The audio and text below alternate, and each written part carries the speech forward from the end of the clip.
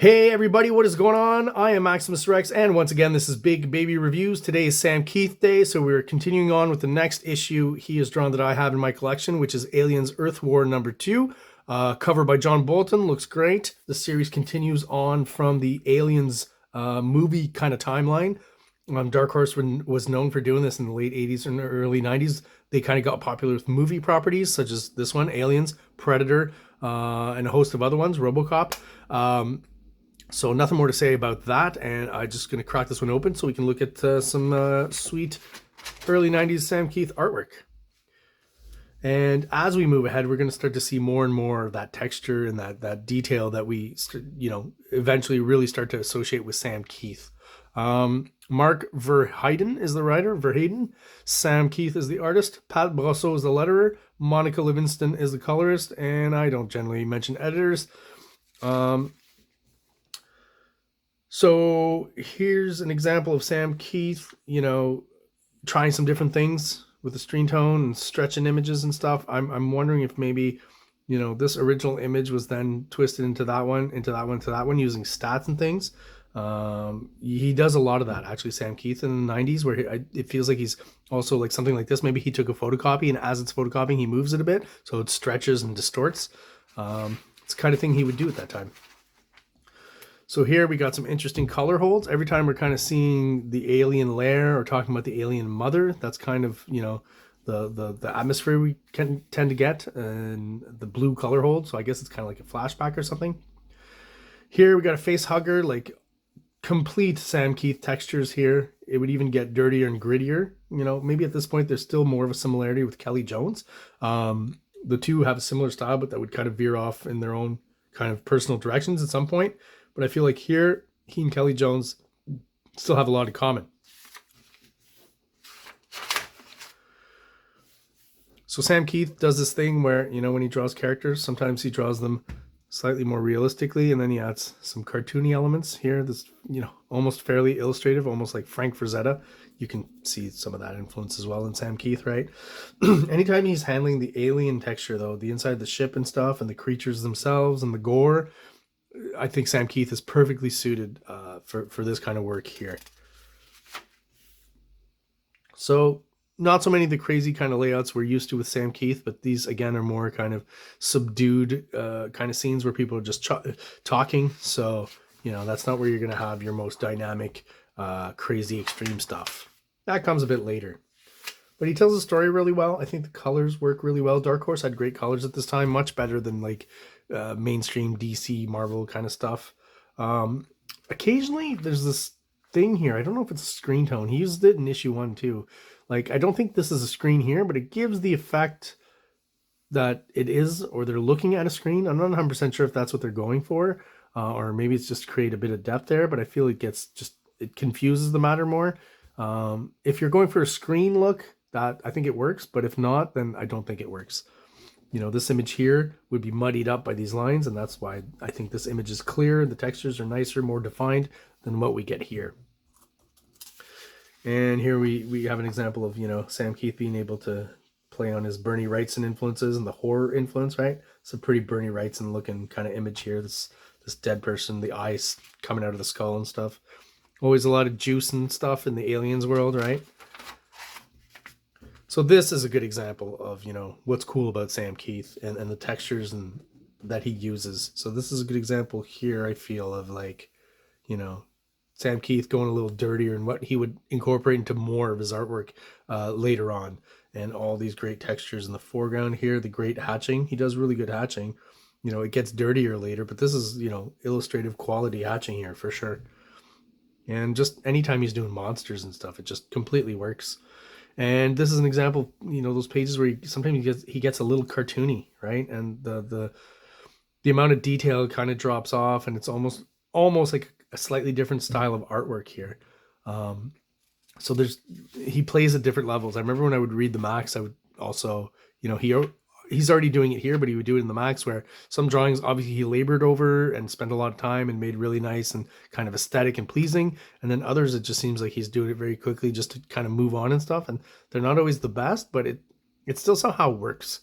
There's just something about it that's slightly naive in these shots and that work, because you know at the same time that the guy can draw really great illustrative stuff.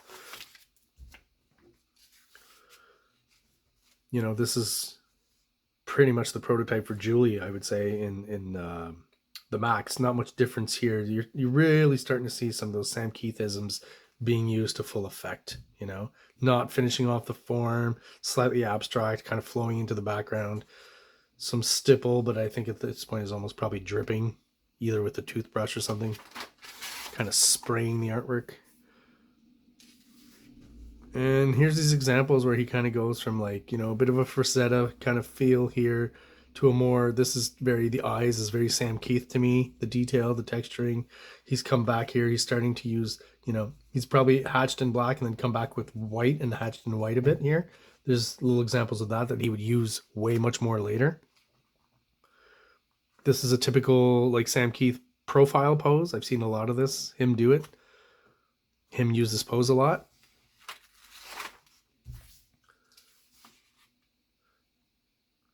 Not too much time spent on the ship here, not too much detail, but it's clear and effective. Here we're getting more of those Sam Keith textures that we all love. And here we get a bit of Sam Keith just doing pure silhouette, which I think works well here, and probably, you know, for storytelling purposes works, right? Because it's a dark room, and also for deadline reasons, you know, this is great because you don't have to add too much detail and got a lot of black space to fill. That's pretty quick to draw. Same thing here. But also it's used to great effect because you do get a bit of the actual texture that we're looking at here that we can only assume obviously is an alien creature. So great, the hatching and stuff. Like, if you like Geiger and you've seen Alien and Aliens and you really like the design, Sam Keith is doing an awesome job of translating it to the printed page. So these wacky circular curved kind of things that Sam Keith uses a lot, those are his tropes, some of his tropes when designing pages and layouts and stuff. So I really like this. I think it's cool using that long McFarlane-y vertical panel. This is a kind of a Sam Keith trope as well, where a character's face kind of, you know, the shadows kind of trail off, and then, you know, within the shadows, in the rest of the panel, you add other elements and stuff. This is something he does a lot of. It's a little more of a designy panel than a storytelling panel.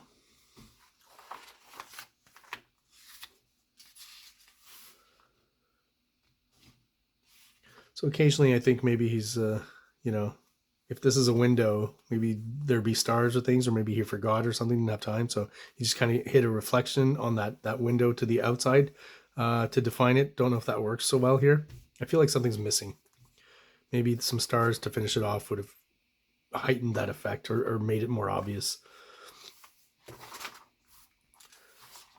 So we got the ship taken off here. Here's a good example again of Sam Keith not being afraid to, you know, he obviously drew all this in black, right, and filled that in, and then came back with some probably white media and just threw some paint on there. Somewhat controlled, right? But when you're doing that, you're getting rid of some of the artwork you put down, but to get the effect that you want of this kind of explosive blast here, which I think works really well. Quick silhouette panel. You can get that through that quickly instead of drawing all the details, right? Same thing here. Imagine drawing all this. The fact that they're all silhouettes, man, did he save time there. Which is smart when you're an artist on a deadline. Silhouettes will definitely, you know, instead of drawing all the detail on these guys, the silhouettes, I don't know if it works quite so well here because there's so much black here that they're hard to read. So maybe, you know, this guy could have been silhouette and these guys could have been detailed. You know, that's me nitpicking.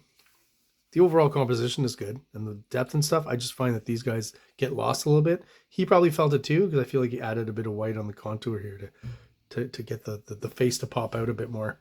Because it wasn't, if there was no white here, it would not pop out at all. Probably wouldn't know exactly what that is. Love the shot here. As she looks inside, and, you know, they notice that obviously these are all, you know, I guess hibernating aliens, right? There's just enough detail and light so we can see the familiar mouth and top of the heads of the aliens here. Good lighting here on the part of Sam Keith. And there we go. Again, you know, sometimes we go from, you know, cartoony to illustrative. This looks to me much more kind of classic illustrative style of a face of this character. Same thing here, right? It's like he's taking a little bit more time.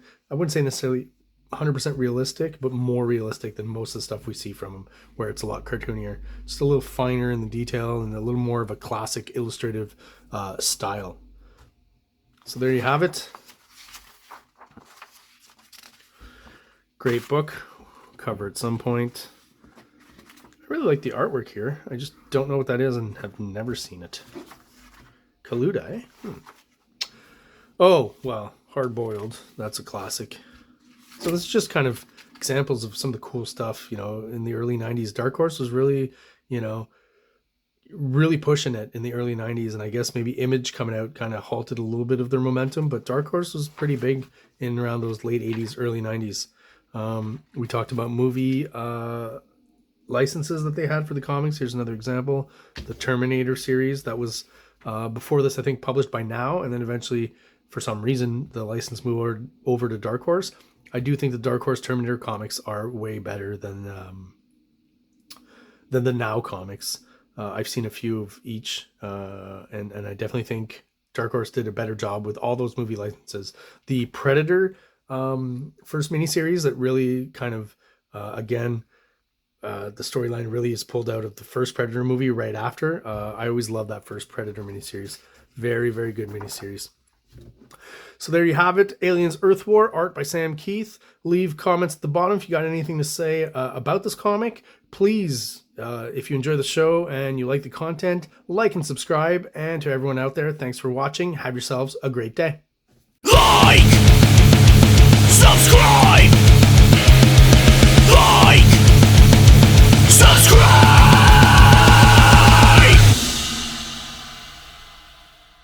King Comics presents Big Baby, Volume 1, Issues 1 to 13. 204 pages of story and art.